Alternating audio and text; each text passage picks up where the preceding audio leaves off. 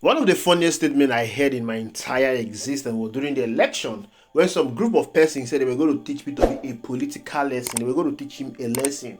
They were going to teach someone, a two-term governor, someone that has held executive position, someone that has been CEO in banks, someone that became a millionaire at the age of 30, someone that bought a $1 million house at the age of 25, a businessman, business-oriented person that has international connection, that has met with president and prime ministers of nations. They were going to teach him a political lesson by voting in Bola Ahmed Tinubu. Of course, they voted in Bola Ahmed Tinubu, and I wonder who is learning the lesson now, because Peter Obi is still going about his daily business, his philanthropic business. Peter Obi is a billionaire, and there is no amount of election rigging, no amount of failing election in this country can stop that. Since the election was done and dusted, Peter Obi has donated over 100 million of his personal money to charities. This is his own personal money. And there's some persons who cannot afford 1 square meal a day will come on social media after recharging their phone to say that they are going to teach Peter Obi a political lesson. What a blanket statement. You see, social media is a leveler. Where Mr. Peter Obi, in his philanthropic move, went to Kogi State and donated 10 million naira to Grimet Catholic Nursing School. If you follow Mr. Peter Obi closely, you will notice that Peter Obi loves education so much. That is why he moved around the country donating his money to education. Peter Obi said he loved education, he loved health. That is why most of his philanthropic work has been centered around health and education. Let's watch the video.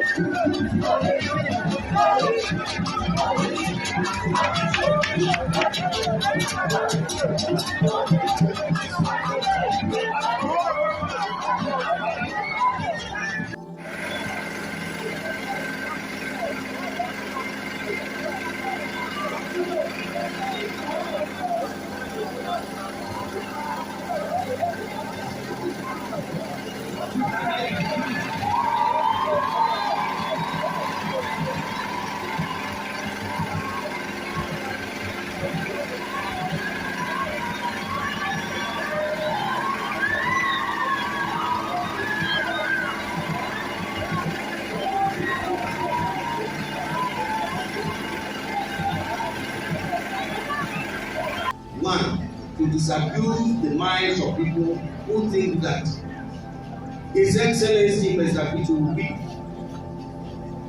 acts for political reasons. No. His life transcends that.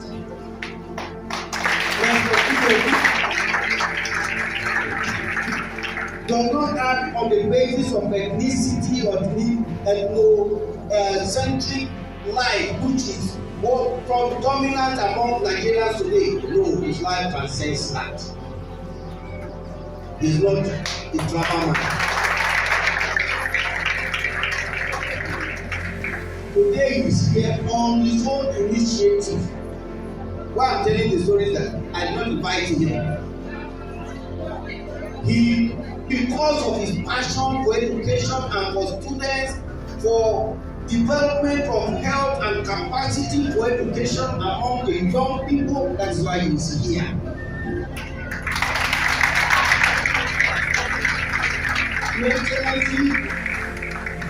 What God has planned for you before you were born, God will grant you.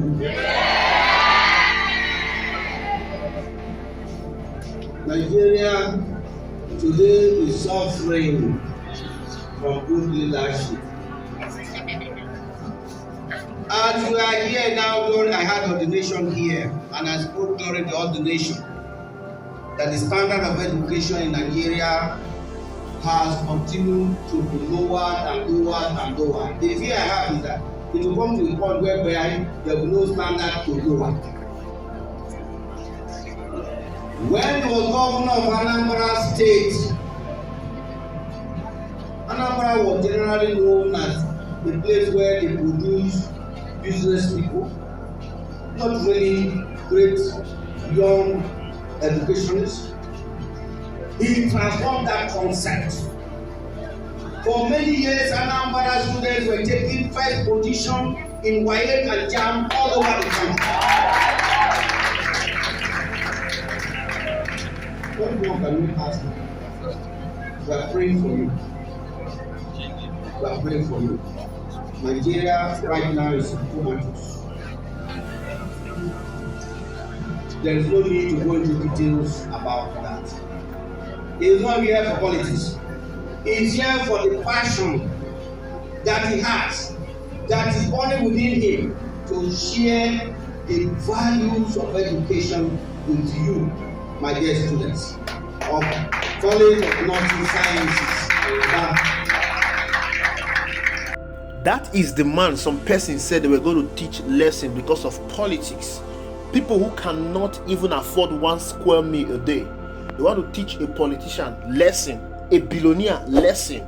Someone that has conquered every form of greed. Someone that has achieved everything that a man needs to achieve in his lifetime. Someone that has built wealth. Someone that has built lasting legacy. A 2-term governor in Anambra State, impacted the life of the people in Anambra State, was the most successful and the best governor during his term.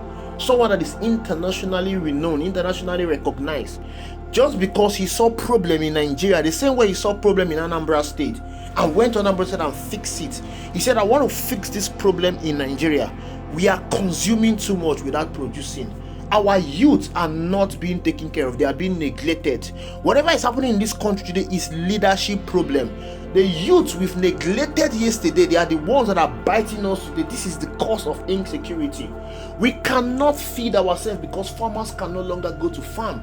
There are vast uncultivated land in the north. We need to cultivate this land. We need to start producing. We need to start exporting.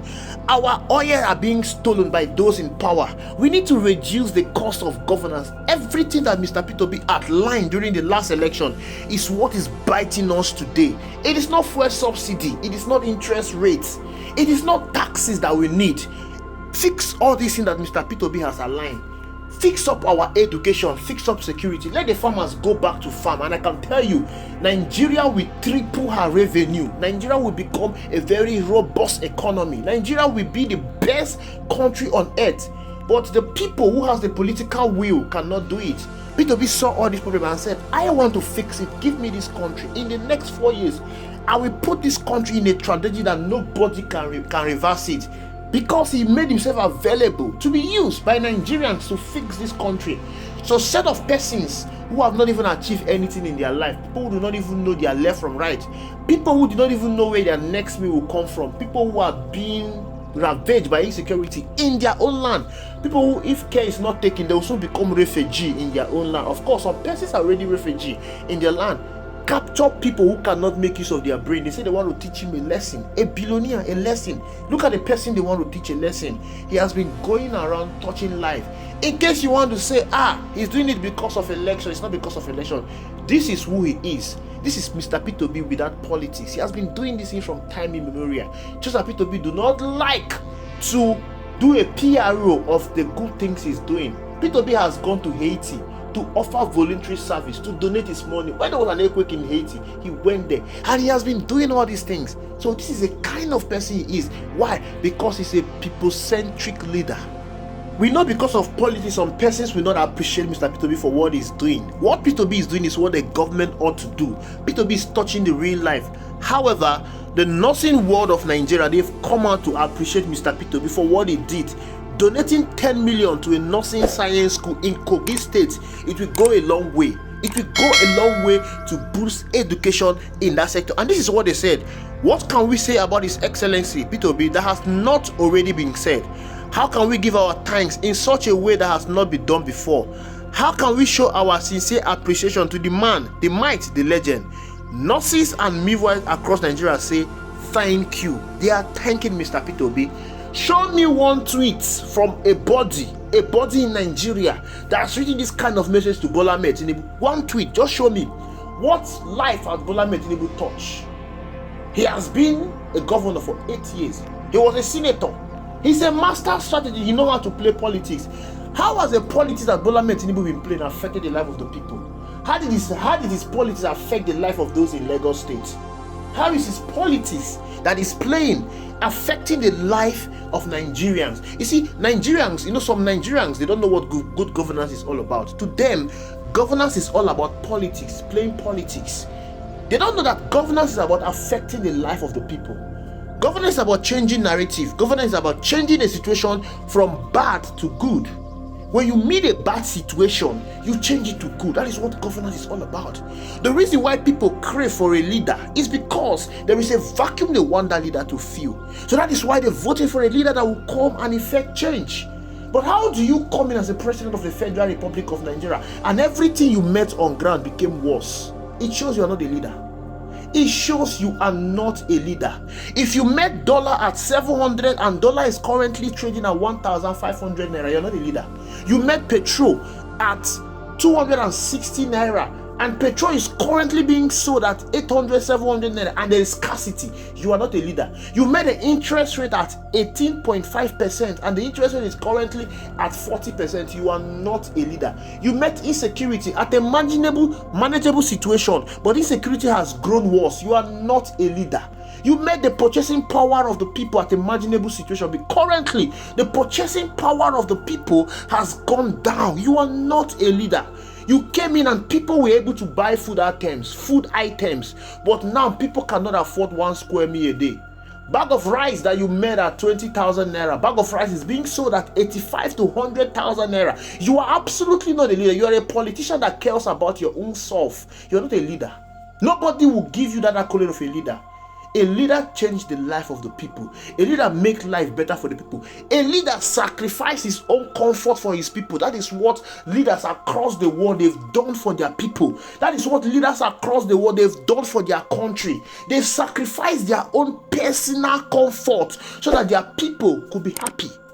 As far as Nigeria is concerned, nobody, no politician can come out boldly and tell you that I'm a leader.